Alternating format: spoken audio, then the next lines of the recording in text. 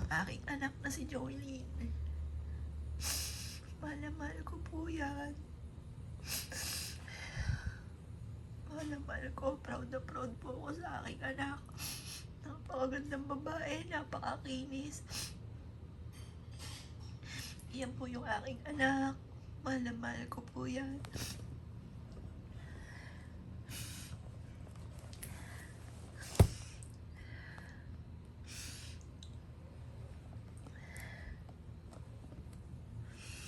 Kahit sa ang anggulo, kahit mini-make-upan pa lang siya, kahit wala siyang make-up, ang ganda-ganda niyang babae, ang kinis-kinis niya. Mahal na mahal ko po yan. Kahit sa ang anggulo mo siyang tingnan, ang ganda-ganda niya, napakaamo ng mukha niya.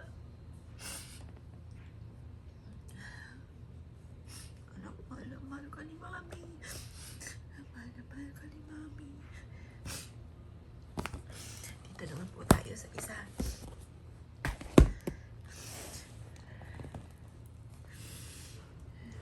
Gusto ko maging masaya ng sobra yung anak ko. Kaya, pag sinabi po niya, nag-iisip ako kung paano ko masusunod ko ano yung gusto ng anak ko. Ayan po, itong gusto niya. Ayan, tinupad ko po. Bale, hindi po talaga dapat siya i-cremate. Kaya sa kalesa po dapat siya isasakay. Yung pahatid po sa Centennial. Mangyari lamang po ay fully book po yung Centennial, ganun din po Heaven's Park. Kaya parang no choice na kasi hindi na po siya pwede na turukan pa dahil ang sanipo ng pagkamatay po niya ay yung komplikasyon po niya sa kidney at ganun din po yung cardiac arrest, atake po sa puso na nasa lahi rin po namin kasi ang nanay, meron din siyang pumanaw na kapatid niya na bata pa rin noon, mga edad din daw po ni Joelyn, na ang kinamatay nga po ay sakit sa puso. Ayan. Ayan po yung aking anak. Napakaganda po niyan. Love na love po yan ni Mami. Love na love po yan ni Mami. Ano? Ngayon po ay ika-17 days nang wala yung anak ko. Araw-araw kong binibilang. Araw-araw namimiss ko siya. Pag may kausap po akong iba, kunwari, okay lang ako. Pero pag nagsusunod na po, naalala ko yung anak ko. Bakit ang bilis na kinuha sa amin? Akala ko po kasi sipon lang na hindi daw makalabas, kaya daw masakit yung ulo niya. Yun talaga yung pagkakaalam ko. Akala ko may hika lang po siya. Anak ko po yan.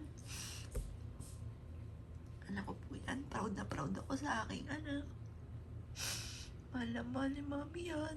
Ngayon ko lang ulit nabuksan to. Ayan. Mahal na mahal ko po yan. Anak ko po yan. Napakagandang babae. Mahal na mahal ni Mami yan.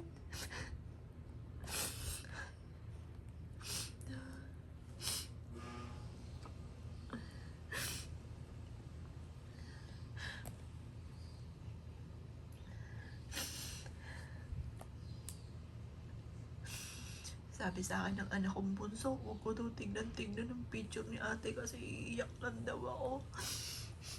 Pero namimiss ko na kasi yung anak ko. Miss na miss ko na yung anak ko. Miss na miss ko na.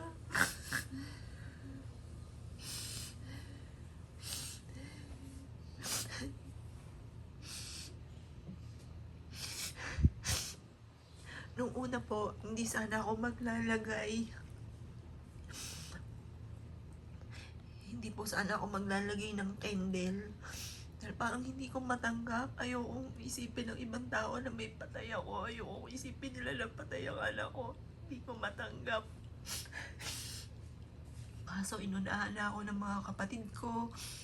May nag-post din na yung parang hiyaya ng anak ng kapatid ko. Yung mismo nasa ospital pa si Joey, na itatago ko sana, kaso naunahan ako ng mga post. Tapos yun nga, pinakalaman na tong cellphone ko ng aking mister. Tapos ang inilagay na nga po ng kapatid ko yung candle na hindi ko matanggap, hindi ko maano na wala na yung anak ko. Ayoko maglagay ng ganun kasi hindi papatay yung anak ko.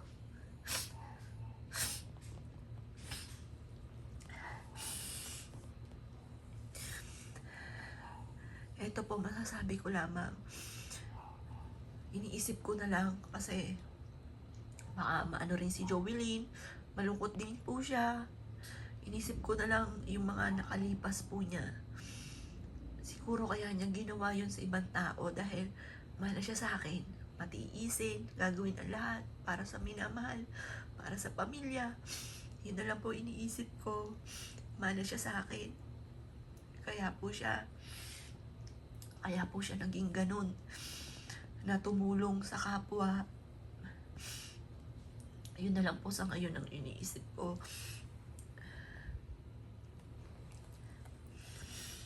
Ayan, yan po yung aking anak. Proud na proud po ako dyan. Napakaganda niyang babae. Love na love ni mami po yan. Love na love po yan ni mami.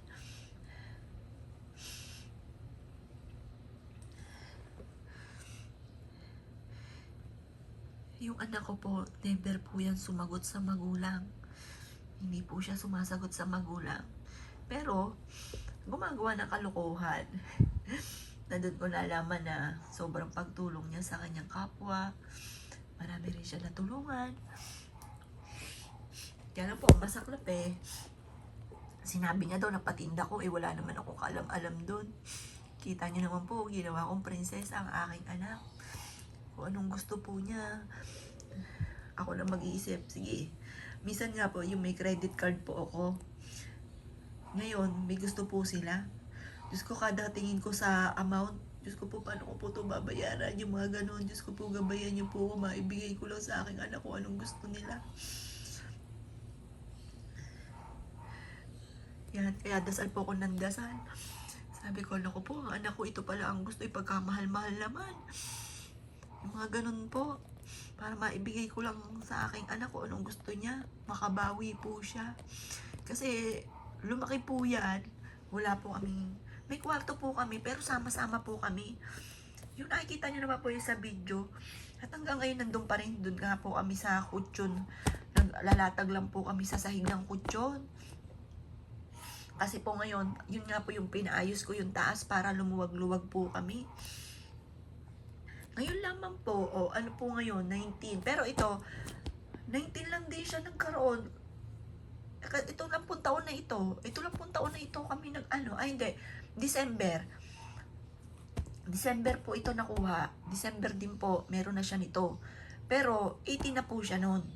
Tapos itong 19, kailan ko lang po naisipan na palakihin po yung kwarto. Kasi, lumalaki na po sila, nagkakaedad na, sabi nga po sa akin ito, Mami, may, na ako, dalaga na ako, hanggang ngayon wala akong sariling kwarto.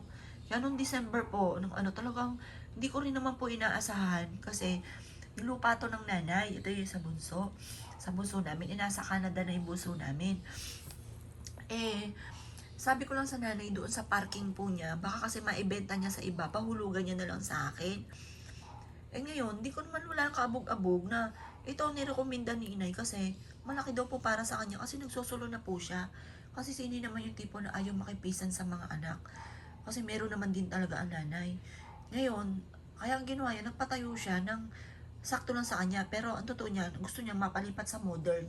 Dahil ito po, may pagkasinauna na. Tingnan niyo po, ayan, mga sinaunang pati yung mga bintana sinauna. Pina-slide ko lang po yan, pero yan po yung mga square yung sinauna. Yan. Ang nangyari po niyan, hindi ko inaasahan. Kaya ang ginawa ko, pinarenovate ko po.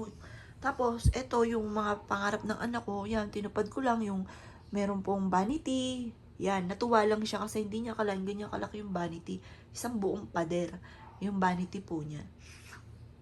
Tapos yung kanyang walk-in closet. Ayun, kasi, po siya, sabi niya, abay mami, kasi ako po, ang hasi ko lagi, negosyo. Kaya pagpunta kayo sa bahay namin, ang dami-daming paninda mga bossing. Dahil paninda kasi, ang hasi ko talaga, negosyo. Wala sa akin yung pagpapagawa ng bahay, ganun. Na parang nagising lang ako, kasi may 5 taon na rin po ako sa ganito. Nagising lang ako na, teka nga, dalaga na nga pala ang anak ko. Magbibinata na yung bunso ko. Pero wala pa rin kwartong sarili, magkakatabi pa rin po kami.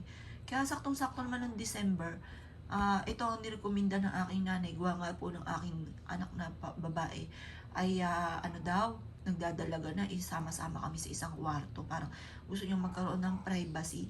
Kaya dito sa kwartong to, dito po siya lagi. Ayan, dito siya lagi. Kaya masaya-masaya naman po siya. Sinasabi na lang po sa akin nila na, masaya naman yung anak mo dahil bago siya nawala, naibigay mo yung gusto niya, nabigay mo yung mga pangangailangan niya, naranasan niya yung mga matagal niya ng pinapangarap. Kaso lang hindi niya na-enjoy ng matagal. Kasi iniwan niya ko agad kami.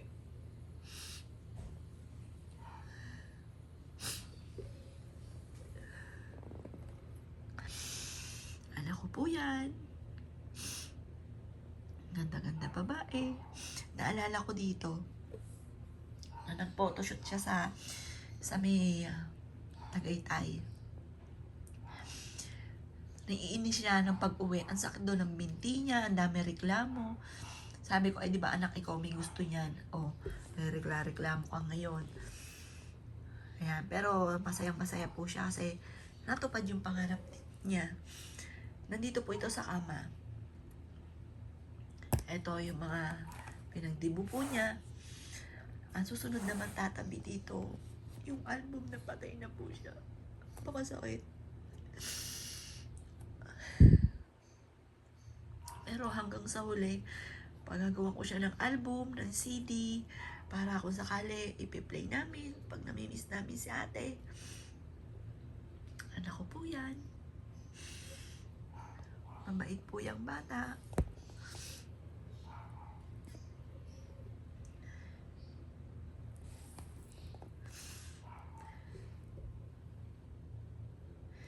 Sabi po niya, pag daw siya naka 10K sa YouTube channel niya, at saka nag-grow daw yung kanyang TikTok, siya daw ay magse-celebrate.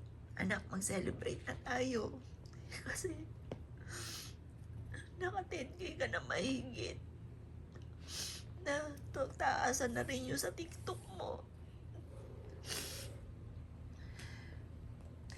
Sabi na akin na anak ko, mami, idol kita. Kaya meron din po siyang channel. Nagtitinda rin siya ng damit. Pero yun lang po ang alam ko na tinitinda ng aking anak. Hindi ko po alam na ang dami-dami pala niyang nirarakit. Ngayon po, iniisip ko na lang, matulungin talaga ang aking anak. Ginawa niya yung kanyang mga makakaya para makatulong sa kanyang kapwa.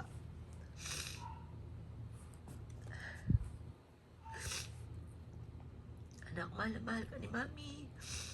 Mahal na mahal ka ni mami. Mahal na mahal ka ni mami.